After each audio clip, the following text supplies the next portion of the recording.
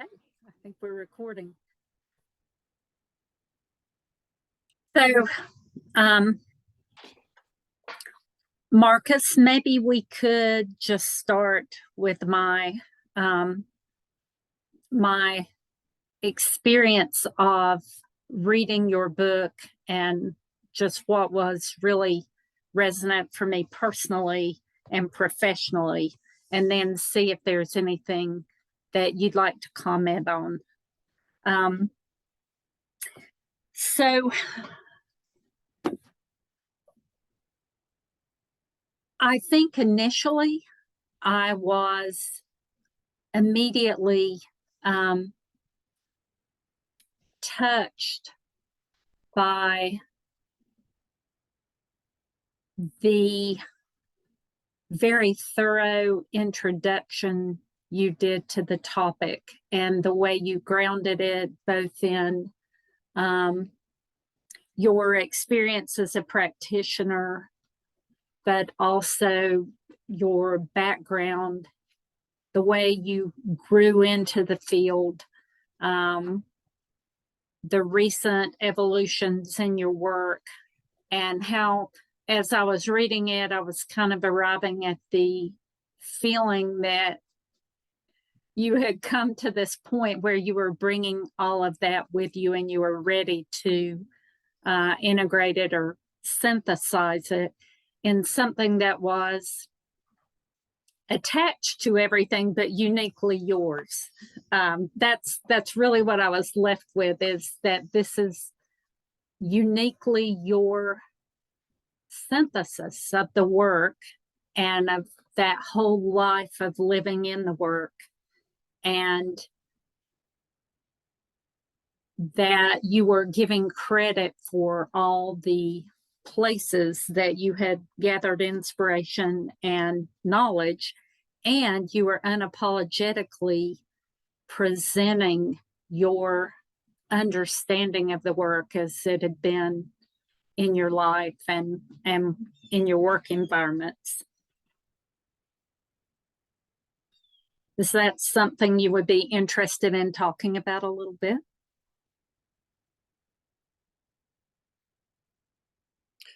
My relationship to the work is so connected to my relationship with the people I've worked with. So, I haven't worked in a bubble. I've been influenced by all of the collaborations over the last 35 years, whether it was at the university or at symposia or conferences or reading or conversations. And I realized that I was touched by people's beauty, the beautiful way that they worked.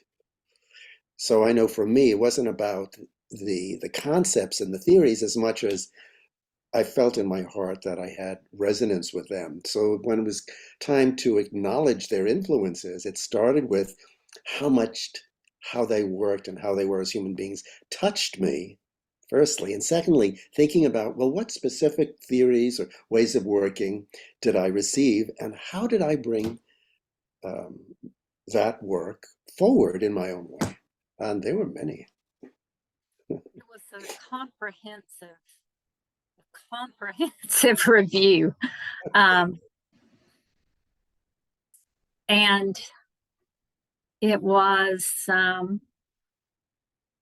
generous, but it also, meaning the way you were naming things that took root in you and were your influences. But it also was so interesting to see how your own practice evolved alongside of the field, and how it continues to evolve alongside the field, even now, as you are doing so much international work. And as the need for, I don't know, for introducing different ways of connecting, different ways of listening, different ways of accessing our own wisdom, all of that. I feel like we need new tools, and you've created, sort of upgraded the software, or upgraded the delivery style and some of the languaging in a way that it really is relevant to now. I recognize the themes, but it's as the culture has evolved, as the world has evolved, your methods have continued to evolve. Mhm. Yeah, as things become more complex in the world, I feel like my brain keeps evolving to intelligently respond to the growing complexity. And at the same time, Terry, the only way that I could really function well in a complex brain is by coming from a very simple place in my heart. So this simple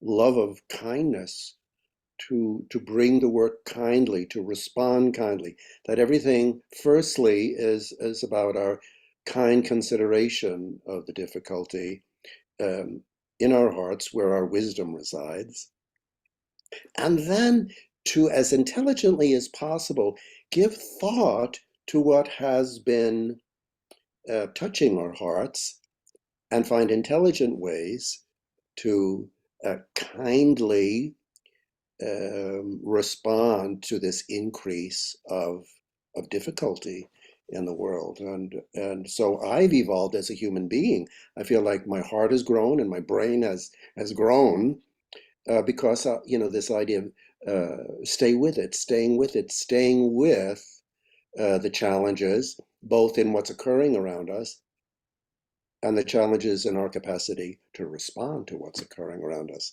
And the expressive arts has been, for many years now, an arena for me personally to grow and to enjoy creating pretty large frames for people to experience their own potential, as feelers and thinkers, to awaken more and more.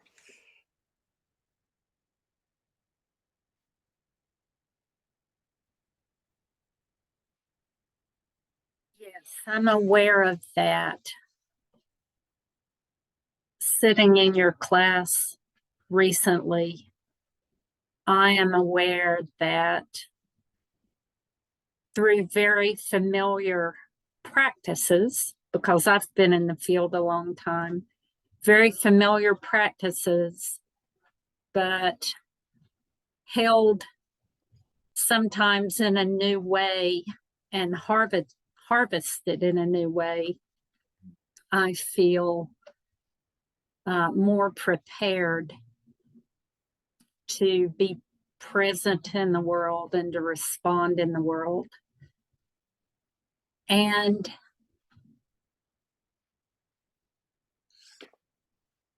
I appreciate what you said about simplicity, because those are some of the thoughts I have sometimes when we're doing the work. I'm thinking, oh, yes, we're just doing the work. We're just doing the work. And yet it feels revolutionary in some ways, the thoughts and the feelings that come. There's a way to be with those in the work at this time. So,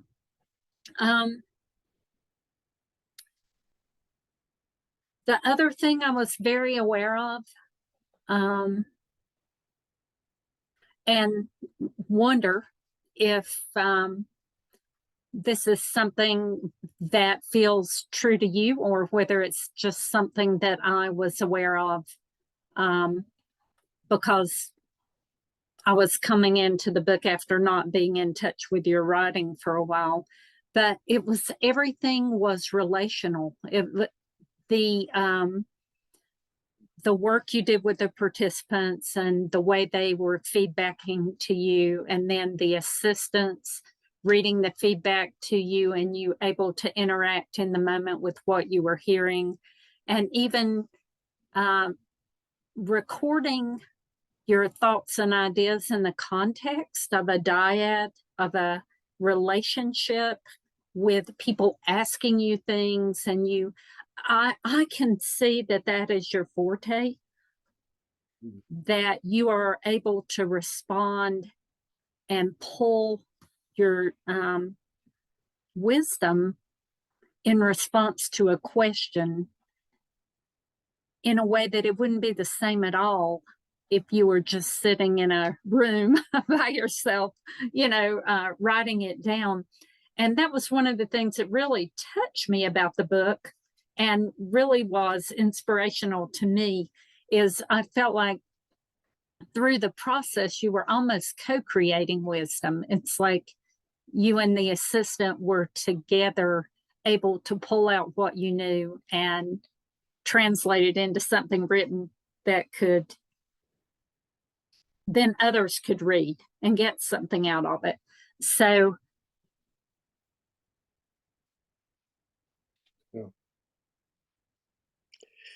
yeah, two things come to mind, Terry. One is I like my solitude.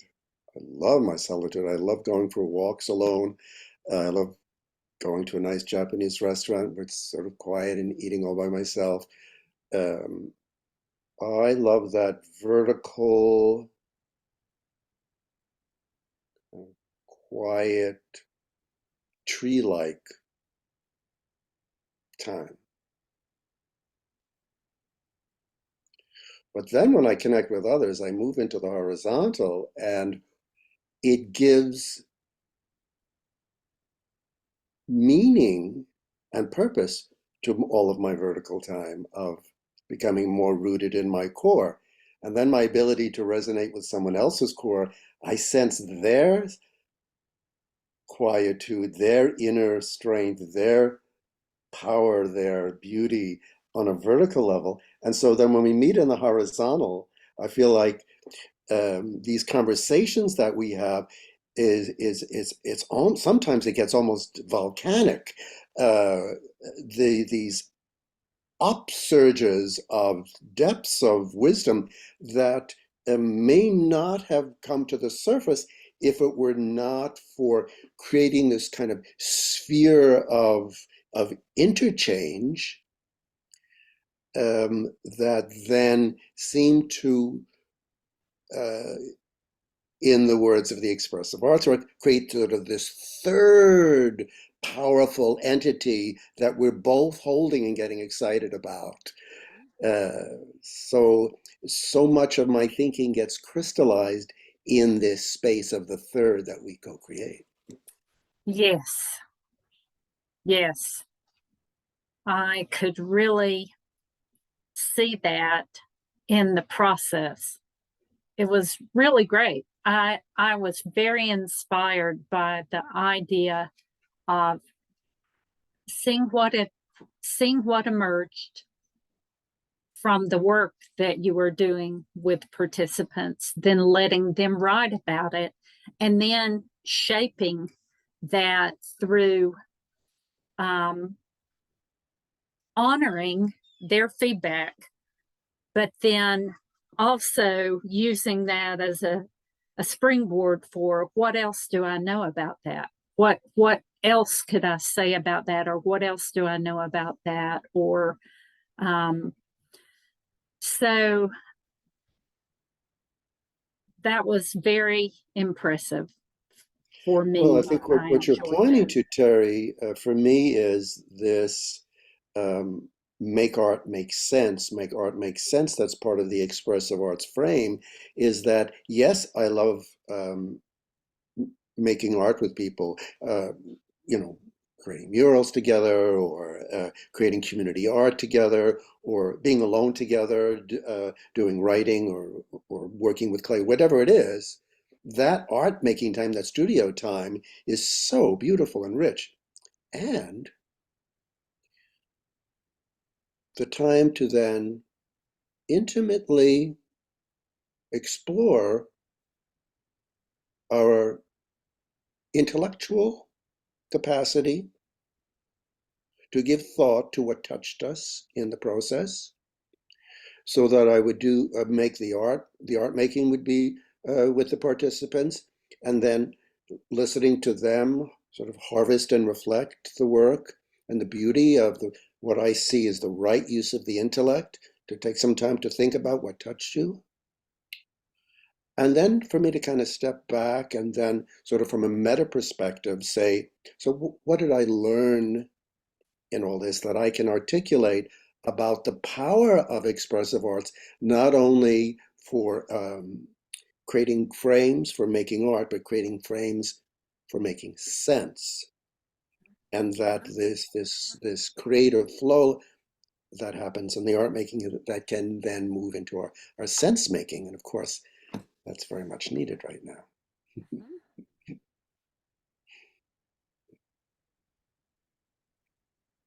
I've always experienced you as a person who is very bright, but leads with her heart. And I think that's why our friendship has been so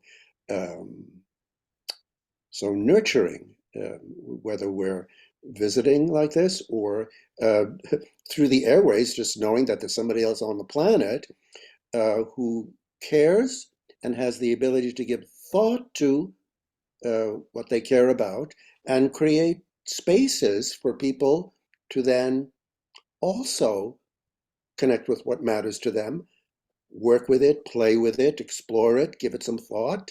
It just seems like we have found a rather healthy way of living and working. I'm very grateful to have you in my life and my work, Terri, and I'm so glad that that you resonate with the material in the book. Thank you so much, Markus. Thanks for talking with me for a few minutes about that, and let's do it again.